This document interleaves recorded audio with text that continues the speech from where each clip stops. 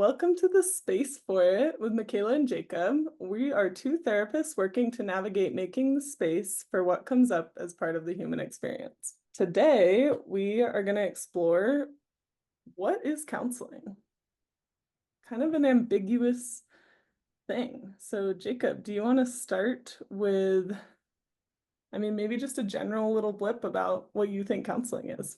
Counseling is a really special relationship where it's a professional relationship, but it's also inherently personal because you're joining with someone who is a professional, who has a lot of training, who has a lot of experience in order to work through things that you might be experiencing in life that are challenging, that bring up emotion that you don't know what to do with, or things that might have you feeling like you're stuck or just unsure of yourself even. And so it's essentially a space to work through the things that you're experiencing as a person that are negatively impacting you or holding you back in life.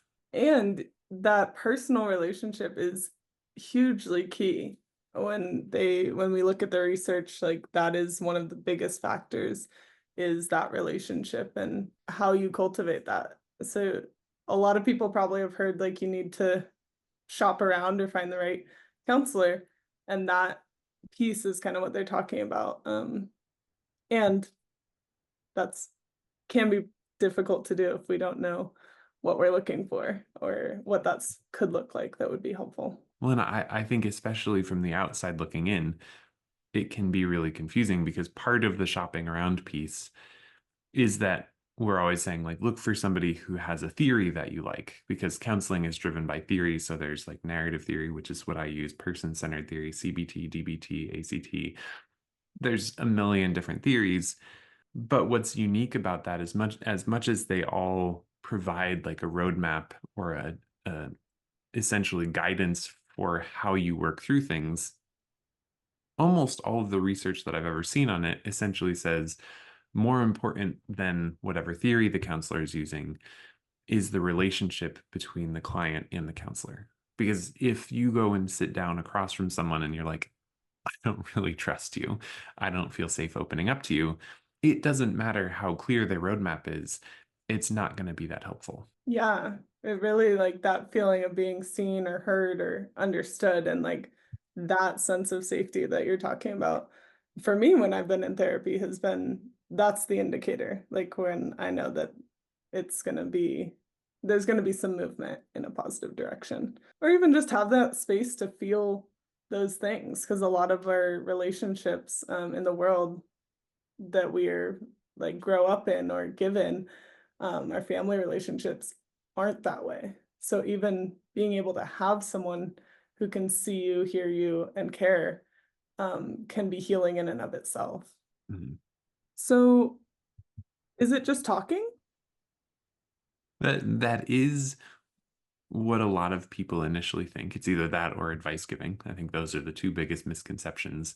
And part of that makes a lot of sense because, in addition to being called counseling, it's also just called talk therapy. So, yes, it is essentially talking, but it's different. It's different than just having a random conversation because it's much more focused on both whatever you're bringing in, whatever you're bringing to the table, like that will probably be central to all of these conversations that you end up having in counseling.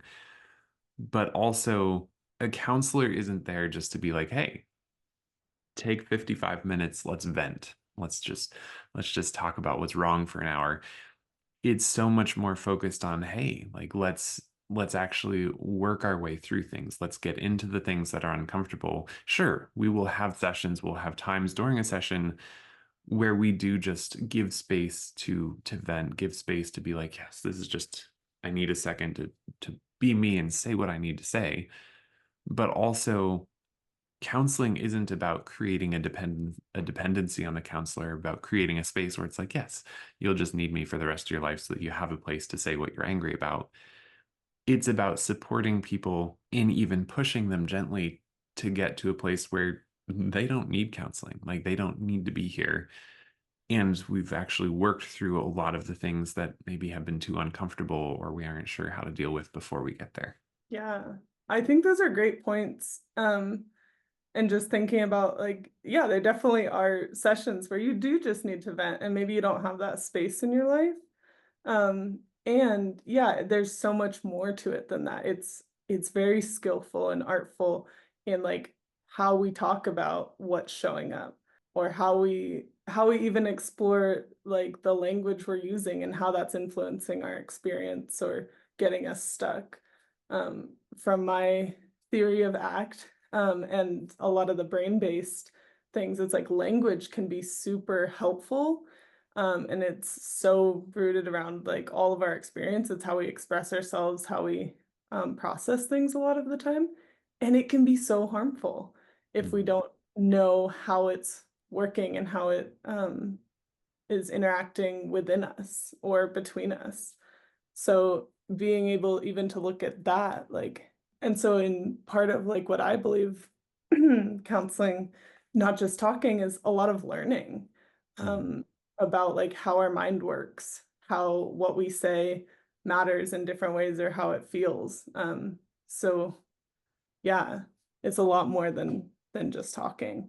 That brings up one of the things I love. Like I love science, and therefore I also love bringing concepts that are like from the study of psychology into the conversation where yes, we're going to have a conversation about what you're experiencing, and with that let's talk about maybe what's actually biologically going on in your brain while you're feeling what you're feeling, because the more we kind of understand the absolute intertwined nature of our lived experiences, the better we can interact with it. This kind of comes to the point of what I was talking about before we started, of like even asking the question, like, what are thoughts? Or what are emotions? There a lot of times are these things that our brain says we just know. Like this, Mhm. we know that. Like, but then when we actually spend a moment thinking about it, it's like, what do we know about that? How is what we think we know about that playing out in our life? Is that helpful? If we learn a little bit more about it, could that be more helpful in how we understand it, how we interpret maybe the emotions or the intentions of the thoughts, or um, yeah, even the learn that we don't have to listen to every single thought, that Mhm. not every single one is useful. Yeah, it's fascinating to get into. I find it fun. It's really fun. Yeah. I'm curious, like thinking about that idea of actually exploring what is a thought, what is a feeling, what is their purpose. Mhm. How do you see how do you see it showing up in people's lives when they're living and they haven't thought about that, when they haven't explored their feelings or their thoughts or what they mean or where they come from? I'm gonna start with feelings because this is one that shows up a lot. And most of us think that we have good feelings and we have bad feelings. Mhm. And that's just kind of what our mind generally says. There's ones that really we don't want to feel. They hurt, they're unpleasant, they are difficult. And then there's ones we really do. They're more pleasant, they're more fun to feel. It's easier to feel them maybe. And being brought up in our culture too, I think this is just reinforced. Like whether it's that no one before us knew how to do it differently, or it's kind of a natural tendency of the brain to categorize these things. That's a big thing. We love to evaluate, to judge, to categorize. That's just how our brain works. And we haven't necessarily learned how to interpret emotions in more useful ways. So Mhm. when we think about like, okay, what is an emotion? A lot of times people are like, well, it's how you feel. And it's like, okay, go farther. I was working with a kid recently and we kind of got there and it was like, okay, so how do you know that you're feeling something? And we kind of explored, okay, there's sensations in the body that show up. And it's like, okay, if there's sensations in the body that show up, um, and there's these different feelings that show up. There's also a lot of times there's thoughts attached to those or memories or other pieces. And there's a physiological response too. So if we're feeling fear or something, there's a reaction or anxiety, there's a reaction in our body. And that's one of the things that we feel. that lets us know like we're having an emotion. So the interpretation of them, when we don't know that they're what they are, and we're just feeling these things and they're really unpleasant or uncomfortable, or some of them are, we get in our mind gets into this space of wanting to problem solve that. Of like, if this is bad, I need to get rid of it, I need to avoid it, I need to escape it, or figure it out. Well, that gets many people very, very stuck, myself included.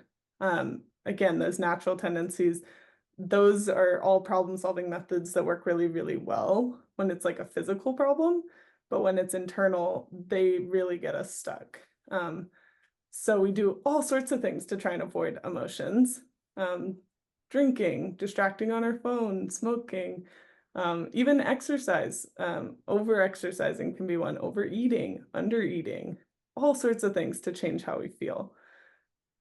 Well, if we slow down and take a look at like what is the intention of the emotion or the context of the emotion.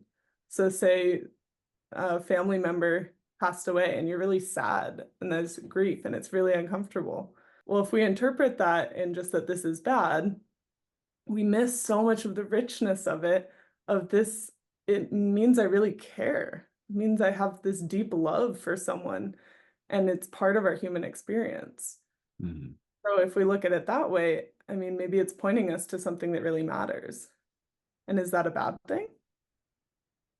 So it's like the more we know, the more we can understand, like, I don't need to get rid of this feeling. I can interpret it in a way that's more useful, that points me towards what matters. And maybe even that can inspire actions that are like, okay, well, if family's really important to me, how can I connect with them or be more present with them? Um, and so let it guide us a little differently. A piece of that that I think is really interesting is how quick we are to do what you said, to categorize and judge what we're feeling. And even then to try and avoid it, to numb ourselves from it, to distract ourselves from it. And one of my, I don't know, we'll call it a pet peeve. One of my pet peeves, even though I still also do this, is when we categorize our emotions as being either good emotions or bad emotions. Because when we do that, as much as that's very human and very normal, we're essentially kind of priming ourselves to avoid things that we say are bad. But the reality of emotions is that emotions exist for a very specific reason, and it's to inform, enhance, guide, enrich, like warn. There are all of these absolutely vital roles that they play, and some of them are really uncomfortable. And we don't like being uncomfortable as humans. We we love to avoid that, which is why we're so quick to be like, no, no, those are bad because they're uncomfortable. When in reality, if we can change the paradigm slightly and say, no, there's comfortable emotions and then there's uncomfortable emotions, and both are good, it makes it just a little bit easier to look at maybe like some deep sadness or loneliness or pain or whatever it may be and think, okay, this is this is not a bad thing. It's just uncomfortable. What is the purpose of it? What is it here for?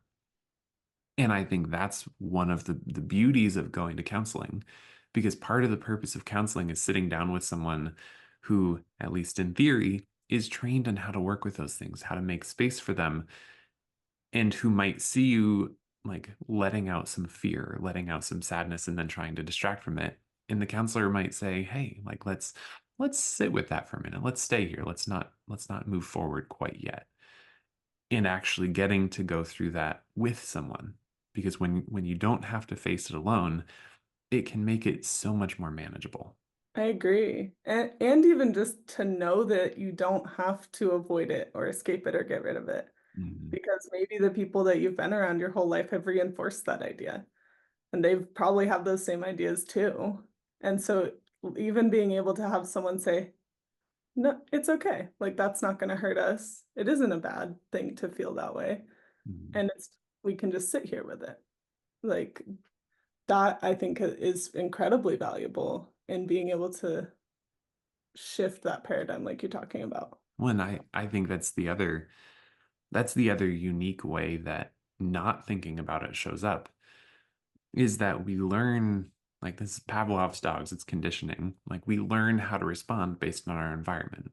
And for so many of us, we weren't raised in environments that were like, hey, like let's talk about how you feel. Like there's enough space for you to feel, even if it's a big feeling. We want that to be safe here. Like that wasn't the case for most of us. And therefore we've generally learned to not do that. It's not safe. There's not enough space. This isn't a good thing to let out. And relearning that or unlearning it in a different way that allows there to be not just the space for it, but actually like the the encouragement to say, hey, what you're feeling is valuable and valid, and you should allow it to have a voice. Like that's so important. Hugely. And as you say that, like allowing it to have a voice, it just brings me to like my work of helping people heal from childhood trauma, which so often is that emotion that doesn't know where to go, how to be expressed, how to be heard, and we don't know how to listen to it either. And so not only does everyone else kind of invalidate or push it aside, but then we do too, Mhm. because we don't have the tools. And so, Mhm. yeah, being able to learn a way to listen, validate, and allow is is magical. It's really Mhm. cool. One of the misconceptions that you often hear about therapy is, do therapists give advice? Do counselors give advice? If you sit down across from one of us, will we tell you exactly how to live your life? And part of that, like I understand, because you're going to talk to somebody and your life is getting better. It's natural for us to be like, well, how is it happening? They must be telling us what to do. But also, that's kind of terrifying to think about because it's like, are you really going to go and sit across from someone and have them tell you how to live your life? Because they're not you. They don't have a whole lot of context for your life. They just have like professional expertise. But I'm curious, do you think that therapists give advice? Yes. I definitely think therapists give advice. Um, and it depends on kind of the type of advice that we're giving, and we're all humans. So as much as we're professionals, there are counselors out there who maybe feel differently about it, think differently about it, um, don't understand maybe why you wouldn't, or even, yeah, just have some of their own stuff showing up, and that's how it comes out. I don't think it's inherently a bad thing to give advice, but it does depend on the kind of advice. So, like you're talking about with the context, like you as the client are an expert of yourself, and we hope to help you increase that feeling of understanding of yourself so that you feel more like the expert of what you need, what's going on in your life, how that all is interplaying, and then what matters to you and where you want to go with that. Most of the time, I wouldn't say like I wouldn't give advice on someone being like, yeah, you should probably break up with that person. They sound pretty toxic, you know. That isn't something that I would say in counseling. Um, but things like I often have people coming in who have horrible sleep patterns, terrible sleep hygiene, or things like that. Um, or just some of those general things that we know are really good for us, that are healthy, that are support us taking care of ourselves. And a big thing that comes across um, in a lot of my clients in their values is caring for themselves, is learning how to do that and that it's okay to do that. And so being able to give some advice on sleep hygiene or things that we know that are more based in that science, a little more objective, I guess, than subjective. Those things I think are really valuable Mhm. or One can of be. Oh yeah, they can be incredibly valuable. One of the ways that I would differentiate counseling in how we might talk about some of those things versus like let's say you go and see your PCP, your primary care physician, is that I've heard so many stories of people going, and they sit down across from the doctor for 15 minutes, and the doctor's like, you need to lose weight, so eat less. And it's like, I mean, it's sure, like medically, we can say that in general, there's value in eating healthy. But if you just sit down from somebody and you're like, you need to change this about yourself, that's not that helpful. Versus like in counseling, we might say, yeah, we should focus on getting valuable, healthy nutrition in your body. We're also going to probably spend time talking about what makes that hard. Like what are the things that we might be using food for that aren't helping us, that aren't impacting us well? And how do we work through those things in order to make it so that eating in a way that's loving and caring to our body is more accessible to us? And I think again, like that's part of where the value is in counseling, because we're gonna go after these things in a way that's not just like change this, but much more about let's talk about it. Let's figure out what makes it the way it is and how do we want it to be. Yeah, I totally agree. So it's not just like identifying what could be different or what could be helpful, but it's exploring all of those other aspects like you're talking about, the ways why, what's driving it Mhm. as it is right now. What's the function of it? And then also what gets in the way of us trying to change. And the history. Where did it come from? Why do we do this? And we get to explore all of those different things so that instead of just going for the symptoms and trying to treat the symptoms, we're really going for more that root cause and to heal those things so that these changes can be more sustainable and more lasting. So you brought up like a primary care physician. Mhm. Um, how is counseling different from like psychology? So other professions that deal in similar areas, psychology or maybe social work. So those are, I guess we'll say there's four primary categories in mental health professionals. There's counselors, which is what we are, and then there's social workers, and then psychologists, and then I'm going to throw in psychiatrists because as much as they are medical doctors, their focus is mental health. It's the brain body connection essentially. One of one of the things that's funny about, like, this is just tying back into the last piece we talked about of advice giving, to counselors give advice, is that the counseling profession started relatively in like 1909. And it started by like there was actually a career counseling center that opened up.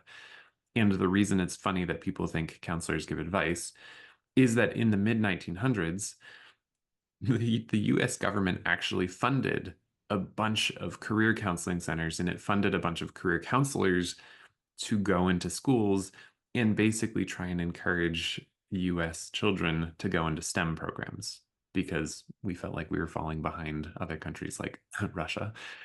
And so the US government was like, we can influence this. Let's push people to be in science, which is just funny because it's like that's not at all what counseling is now. But it's undeniable that that's where it started. So there's like I think that's just a funny piece of trivia about counseling. But in general, if we're differentiating the fields, you have counseling, which is all about talk therapy. It's all about basically training people, as in counselors are trained how to use a relationship to facilitate growth, how to process through things that might be holding people back and get them where they want to go on a very interpersonal, like one or two other people in the counselor at a time, versus a social worker. Like social work is kind of what it sounds like. It's about social interaction, social engagement. It's about working with organizations and entities to figure out how to be healthy and cohesive. What's interesting is that within social work, like people who are social workers have some training in doing talk therapy. They don't have as much of a focus on it as do counselors, but they do have some. And so like that's part of what makes this so confusing, is that counselors, social workers, psychologists, and psychiatrists even all offer talk therapy. They all offer what they often will call either just therapy or counseling. But the degree to which their trainings focus on that is very different. Psychology is different even than social work or counseling, because psychological psychological training to become a psychologist it's not like medical school, but it's closer to it than is the training for a counselor and a social worker. And it focuses a lot on like a lot of CBT type things like cognitive behavioral therapy, understanding how does the brain work and how do we assess it. Like there's a lot of assessment training. Um, and then there's also just a lot of focus in I'm looking for how to word this right, but like there's also a lot of focus on how do we assess and then modify behavior of people. Like that's kind of what it is to study psychology. And so again, like people who are psychologists do provide talk therapy because they have training in that, but their focus is slightly different than just being on the relationship. It's also about like understanding and assessing the person and like changing things. Like psychology is very medical model based, and therefore it's often focused on the idea of there's something that's wrong or something that's dysfunctional, and let's fix that, let's heal that. That's where what I really think when I think of psychology is more that medical model basis, and psychiatry too, because they are medical doctors. They have to have the understandings of how the brain, body, all of that works so that they can prescribe different medications and things, which is born in that Western model of thinking like here's symptoms, here's something, a treatment or a cure, kind of like let's get rid of the symptoms. Whereas counseling, I think, differs because it is born out of a wellness model.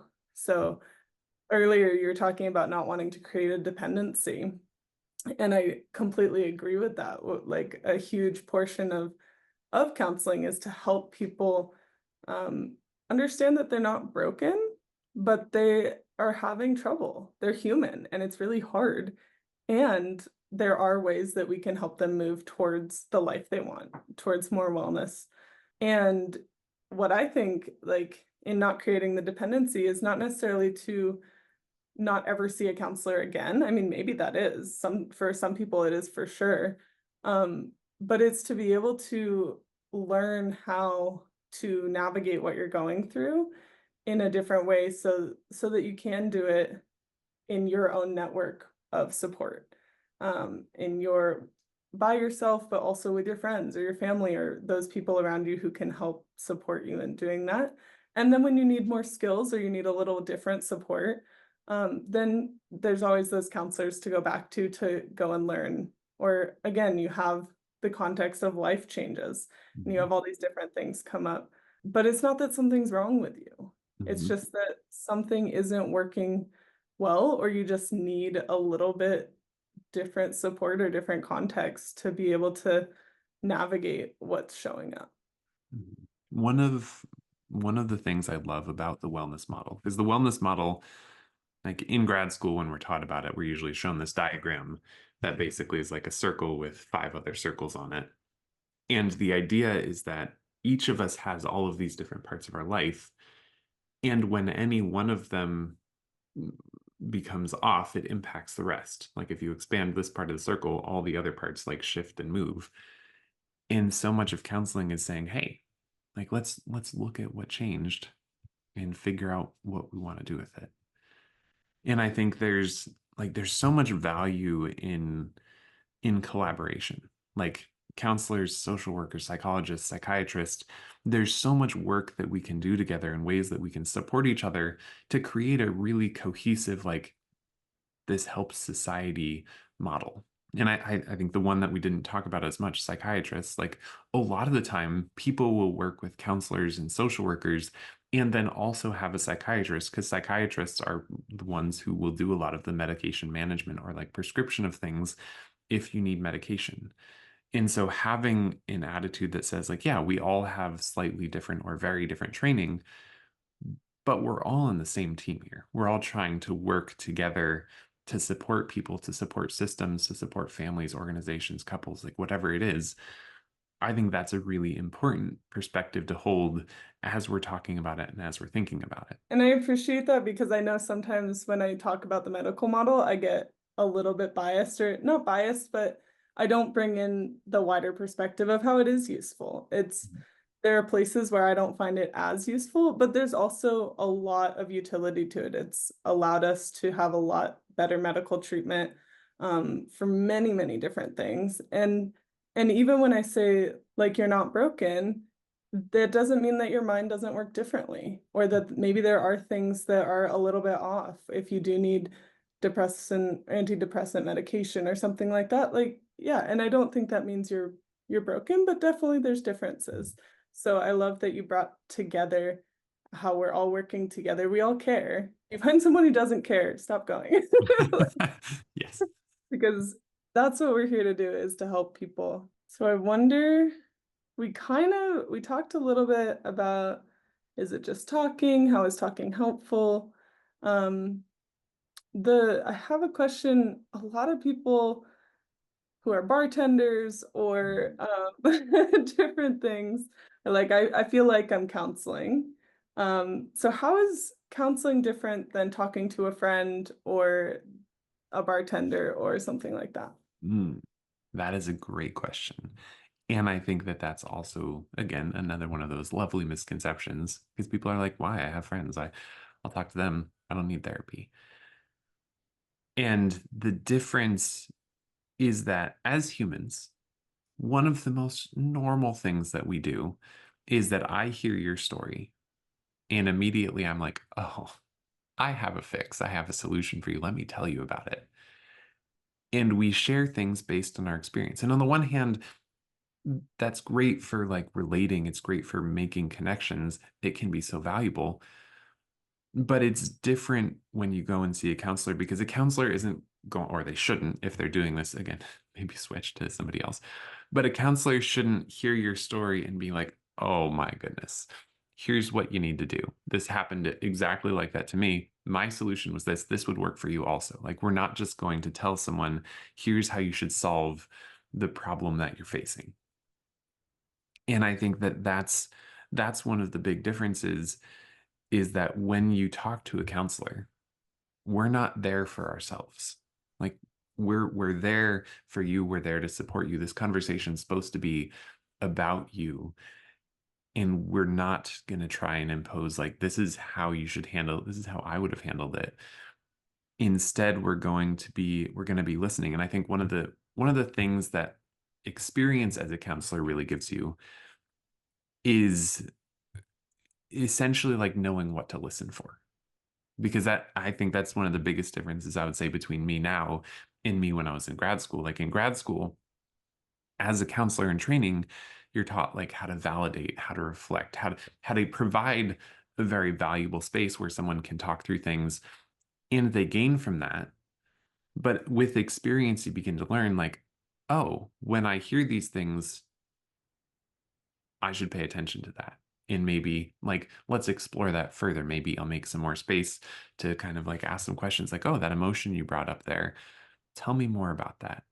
Because as we gain experience, as we gain expertise, and as we've worked with more and more people, it gives us this ability to, in a sense, almost go after things a little bit more directly. And I think that's another area where counseling really shines over just talking to someone who's like, yeah, like I'm a bartender, so I hear people talk about their problems and like I help them out. And here's the thing, I don't want to hate on that much because it is valuable. People who are sitting there in pain, often numbing their pain, do need someone to talk to.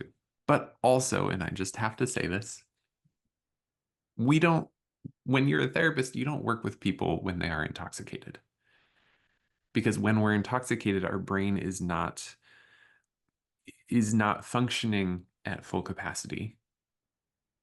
And therefore, like, that's different. That's different than saying, hey, I'm going to sit down fully sober and engage with the uncomfortable emotions, engage with the uncomfortable feelings, and work through them. Definitely. Yes, I so appreciate that. And it's interesting because as much as we do need a space to be able to say what we're feeling and things, similar to if you're at a bar, we also know that just focusing on our problems, just talking about our problems without some of these different lenses or different guides into other spaces isn't actually very helpful. A lot of times it does just allow that focus to be on the negative and makes our life even worse. Um, so it is very different going into a professional. And I loved how you explained like knowing what to listen for, so knowing how to listen. And from my experience too, I feel like it's different lenses that we can put on through maybe different theories or understandings of the brain or things where we're recognizing when our personal stuff is coming up, and Mhm. then we're also recognizing how that might interplay or maybe what our mind wants to say like yeah you should break up with that person like and we're tempering that a little with some of these things that we know are actually more helpful. Like if we are to just say that, how is that going to impact this relationship? Like, does that give this person this feeling of autonomy that they can make this choice that they have, that that's the right choice for them? And so it goes through all these different layers through that schooling and that training as well as the experiences over time, like knowing what to listen for and choosing how to respond based on what's best for that person instead of like you're saying with a friend trying to relate or tell a one-up story or Mhm. yeah just going through your experience and trying to give advice. I think the other way, like hearing you talk about that made me think about this. The other way I know it's different is that I'm a different friend to my friends than I am to my clients. Like I interact with them differently. I respond to things differently. If my friend is telling me that they're making a really dumb choice, I might tell them, I think that's dumb. You shouldn't do that. I'm not going to tell that to a client because they're coming to me for a different reason. And we're going to process that differently than we would if they were just my friend and we were hanging out like just talking. Definitely. And it's interesting as a counselor, sometimes I it's hard being with my friends and not putting that counselor hat on because I know how valuable it can be and and I need space too to just be a person in this other way that is able to just have that relating and not thinking about everything through all those lenses because it's a lot of effort. Like Mhm. that's one of the things that I think sometimes when people do say, "Oh, it's just talking," they don't understand the amount of effort that goes into like being able to listen and be fully present with Mhm. uncomfortable conversations um, Mhm. throughout a day. That so having those spaces to connect with our friends in different ways is super valuable in its own right. And it's Mhm. different. When I think that thing that you brought up there of like I need space to just be me, to not be counselor me, but just person me. I think that that is one of the things that, especially at the beginning of my career, was a lot harder. Like as you're developing your counselor identity of like who am I as a therapist, I think it's easy for that to kind of overcome everything else. And so almost everywhere you are, you're like, oh, yeah, tell me more about that. Let's talk about that. Let me just validate or reflect some of that back to you. Versus now that I've been doing this, I think what year is it? It's 2024. So I've been doing this for 8 years. I'm I'm so much closer to actually like when I'm around friends, I just feel relief. I'm like, I am not the therapist here. I can hear you talk about your problems and be like, you should go see a therapist. It's not me. And that's like we need that because it's a different type of relationship. It's a different type of interaction. And like there's so much value in that. 100%. I'm still a little newer to that. I started my practice last year, and so still learning a lot. And I love hearing your journey through that because it reminds me that it is a journey, and I'm on that journey and finding those spaces, so it's okay that I don't do it perfectly. And that it right now it can be more difficult. That doesn't mean I'm doing it wrong. I'm just Mhm. doing. It's true. It's in a sense that's a great reflection of how counseling works. Like it's a journey. We're making progress towards something. It's not always linear. It's not always as fast as we think it will be, but the goal is that we learn and grow along the way. I love that. And I remember you saying it's we almost always want it to be a pill. It's almost always a process or something along those Yeah. lines Oh that yeah. actually is going to lead towards yeah, that life we want or the increased happiness or well-being. Mhm. Mhm. Do we So have any other questions that you can think of around this topic of like what is counseling? I feel like I could have multiple episodes almost. The only other one that I was thinking is like my personal definition of counseling because it changes a lot. Or it has changed over time of being in grad school and now being in private practice and understanding like therapy for myself. Um, so one thing I wrote down a few months ago was just like, what would it look like to reframe therapy for myself? Instead of fixing something, I'm being with people. I'm helping them learn skills to hold life more gently. It's not something you finish when you don't feel. It's mhm. something you break from to practice on your own, and you come back when you want to learn more. So I don't know that that's comprehensive completely, but it reminds me when I have all these things going on that I'm still in that process, again, on that journey of learning to hold my own life more gently, hold my own humanity, this really unique, strange thing that we're all doing, um, just a little more gently. I think that that perspective that you just shared about like what counseling is and what counseling is to you, like that ties so much of this up together well because it's about having a space to explore, having a space to understand, to grow, to be challenged. And it's not about just like, oh, you're broken, you need to be fixed. It's just about the process of growing. And I love how you included in there this idea that it's not something that you go to forever. It's not something that like you go and you feel bad. When you feel better, you're done. It's something that you go to in seasons, and other seasons you don't. And I think there's so much value in holding it that way, not just because it makes it I think it makes it more approachable and it takes away some of the stigma of like, oh, you only go there if you're really bad. But I think also because it makes it this very positive, growth oriented activity. And like at the heart of it, like I know that I'm biased because I am a counselor, but at the heart of it, like I think that's the goal. I think that's what it's about.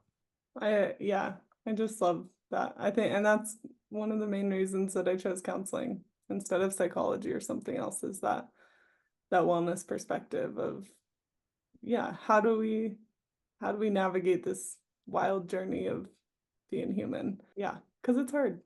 It's hard to be human.